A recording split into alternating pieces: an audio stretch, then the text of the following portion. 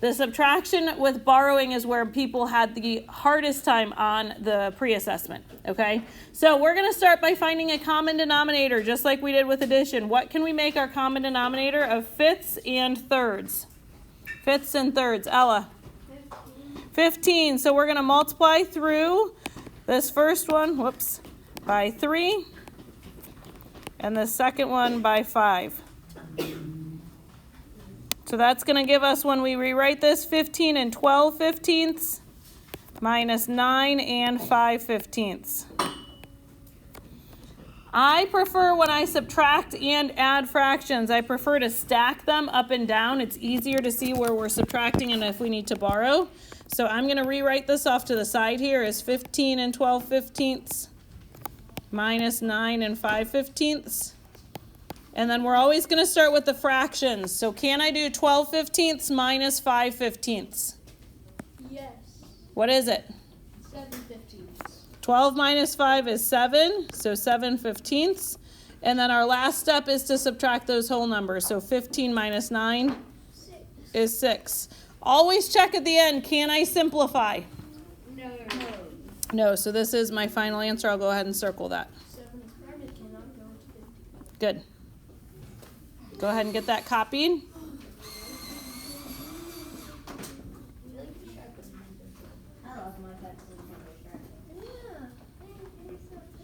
All right. Are we good on that one? Do you have 3 at the bottom to try? Yes? Yeah. All right. So let's look at these 3 at the bottom. I've got 7 and 2 fourths minus 1 and 2 eighths. What is the common denominator that I can make of fourths and eighths?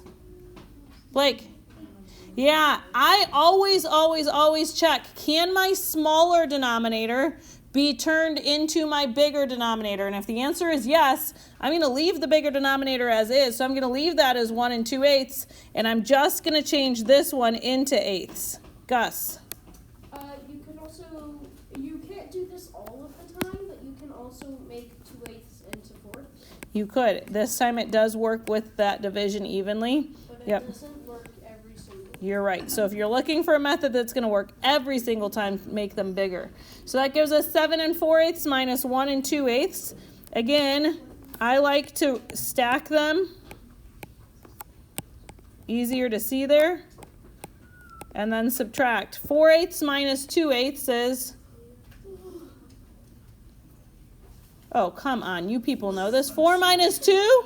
2 eighths. Heavens. I'm tired. 7 minus 1 is 6. I think some of you feel like this is a cruise ship. You're just here for the ride. Yeah, I am. Yeah, no, that doesn't work for me. I'm here for the scholarship. Perfect. Way to be, Jonah. Does anyone see anything that can happen with that answer? Elliot? I'm here for 2 eighths. Very good. 2 eighths can simplify to 1/4. 6 and 1/4. Which you could have done originally. Yeah, so if we used Gus's method originally and turned them both into fourths, that's the answer you would have landed on. Okay. What about the next one? Man, if we couldn't do 4 minus 2, the next one's going to be awfully fun. What can I make my common denominator of 7 and 9? 63rd. 63rds. So when we change this, we're going to have 9 and 54 63rds. Because we're multiplying that first one by 9. This hurts. Minus 3 and 35 63rds. Yeah. Do you agree? Yes. I agree. Yep. Okay, so again, how I got this is I took my first one, I multiplied the top and bottom by 9 to give us 54 63rds. The second one I multiplied by 7 to get 35 63rds. Okay, well, going to give you some time to use your brains here. 54 minus 35. Almost as easy as 4 minus 2. Liv. Ooh, super close. It's the same answer I got first period. Oh, I get why. It is 19. You are one off the wrong way. I think that because she saw it was 1 away from 5, but she went the wrong way she went up 1 instead of down 1. 19 63rds 9 minus 3 is 6. Can we simplify 19/63? No. Yes, what can we simplify it by? No. 19 is prime and cannot go into 63. Are you sure it can't? Yes. Yes. No, it doesn't. Yes, it does. I'm looking on the multiplication chart. It does not. 19? 19 is not going to 7. Are you looking at 9 or 19? I'm looking at 14. That's 14. I'm looking at 7. I think you think 14 is 19. Was it 19? It doesn't. It cannot. No. 19. While 7 does go into 63, I do agree with you there. 19 does not. So that one is in simplest terms. Yes, 19 is prime and cannot go. All right, last one. What do you think a good common denominator of 15 and 10 would be? 30. 50. 150 works, but you're going to have a lot of simplifying to do. 30 is smaller than that. Let's make them 30ths.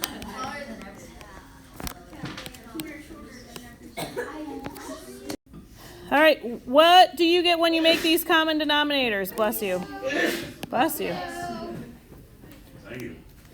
Yes, you get 5. You get 28. Oh, wait, no. 28 30ths, what do we get for our second fraction? 27 30. Almost as easy as 2 minus 4. 28 minus 27. I hope everyone can do this one. It's almost as easy as 4 minus 2. I think I can answer this one. Elliot. 1 what? 1/30? Yes, what are your whole numbers when you subtract? 5 and 1/30th. If one of our numbers is a 1, there's no way to simplify it because its only factors are 1. Okay? Borrowing is going to be the hardest piece of the subtraction, so let's focus and make sure we understand this. Okay, so we're going to start the same way. When we have to borrow, we're going to start by finding a common denominator. Lucky for you, I left these as the exact same fractions. I just flipped them, so we have to borrow here. So we already said earlier that our common denominator is going to be 15ths. So let's go ahead and reline these up. It's going to give us 15 and 5/15ths on top this time, minus 9 and 12/15ths on the bottom. Oops. Okay, so if I'm looking at this, I've got 5 on top, 12 on bottom. Can I take 12 away from 5? No, so I need to borrow. Here's where people make the most mistakes with fractions. In their head, when they have to borrow, a lot of people just treat it like borrowing when we're subtracting whole numbers or decimals. It is a different process. So when I borrow, I'm still going to borrow from this number to the left, which is the 15. 15 is going to turn into 14 here. But this time I'm bringing one whole over. And when we're talking about fractions, one whole, when our common denominator is 15, Would be 15. how many pieces make up a whole when we're talking 15ths? 15. So we are bringing 15 15ths over and adding it to the 5 15ths I already have here. So I'm taking whatever my common denominator is, 15, adding it to the numerator I already have up top, 15 plus 5 to give me 20. Very good. So this is going to turn into 20 15ths. Do you notice how I didn't just throw a 1 in front of the 5 and call it 15? Because that's not the process for fractions. Okay, now I can subtract. 20 minus 12 gives me 8, and 14 minus 9 is 5 and 8/15ths. Is there a way to simplify that? No. 5 and 8/15ths is my final answer there. Okay, we got 3 more to try at the bottom here. Starting with 6 and 1/4 minus 5 and 2/5. What do you want to make your common denominator? 20ths is going to be your best bet there, I agree. So we're going to turn our top one into 6, and if we multiply by 5, we get 5 20ths. Minus 5 and Multiplying the second one by 4, 8/20. Can I do 5 minus 8? No. No, so I need to borrow. Where am I borrowing from? From the 6. Yep, so 6 is going to turn into 5. Who feels confident in telling us what our new numerator is? Jonah. 25, 20. Good. You're adding the denominator, 20, plus the 5 we already have to give us 25/20 minus 8/20. What equals 17/20. What's 5 minus 5? 0. So our answer is just 17/20. Can that simplify? No.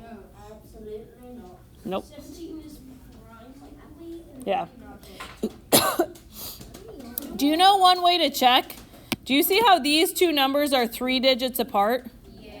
So the biggest possible number that could go into both 17 and 20 is 3. Nothing bigger than 3 could be a common factor. Do you know that trick? No. We talked about that?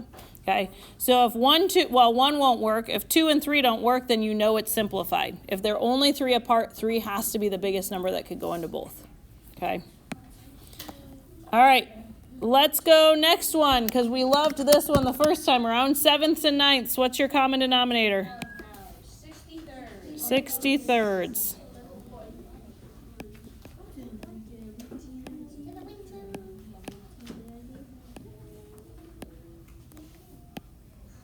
Oops.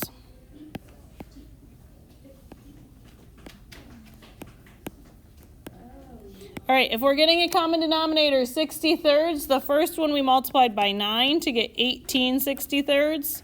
Second one we multiplied by 7 to get 35/63.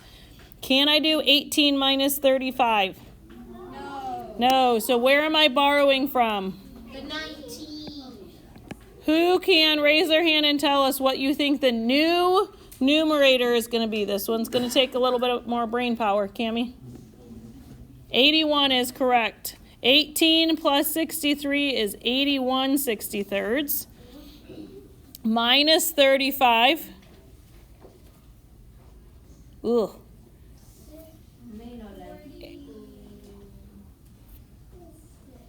46/63. Nice job, Liv. Thanks for doing the heavy lifting for us. 18 minus 3 is 15. And 46/63. Ooh. 46/63. Anything that goes into both of those? They're more than 3 apart. They are more than 3 apart. So the biggest thing that could go into them would be a 17, because they are 17 apart. Oof. Oh, no. No, it can't. No, it can't. They have no common factors. That is simplest form. Hold on. Never mind. Don't listen to me. All right, last one. What do you want to make your common denominator? 50. 5. 50 works? Okay. 10 is going to be our best bet. 5 could work if I could simplify 9/10 into fifths. I would have to divide by 2, which would give me a decimal there, so that's not going to work this time around. If it were 8/10, though, I would be able to do that, Cammie. All right, so we're going to multiply this one by 2. Weston, what's your question? Aren't we going to learn about, like, dividing decimals and stuff this week? Yeah. But not right now because we're doing fractions. And you shouldn't ever have a decimal in a fraction. So I've got 6 8/10 minus 1 9/10. Go ahead and try to finish this one on your own. And when you're finished, look up front. I'll have the answer on the board for you to check. I'm done. I'll get done. Oh, my hand wires.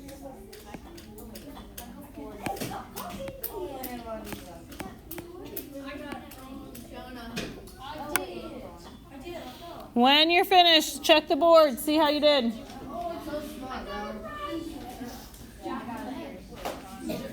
Are you okay?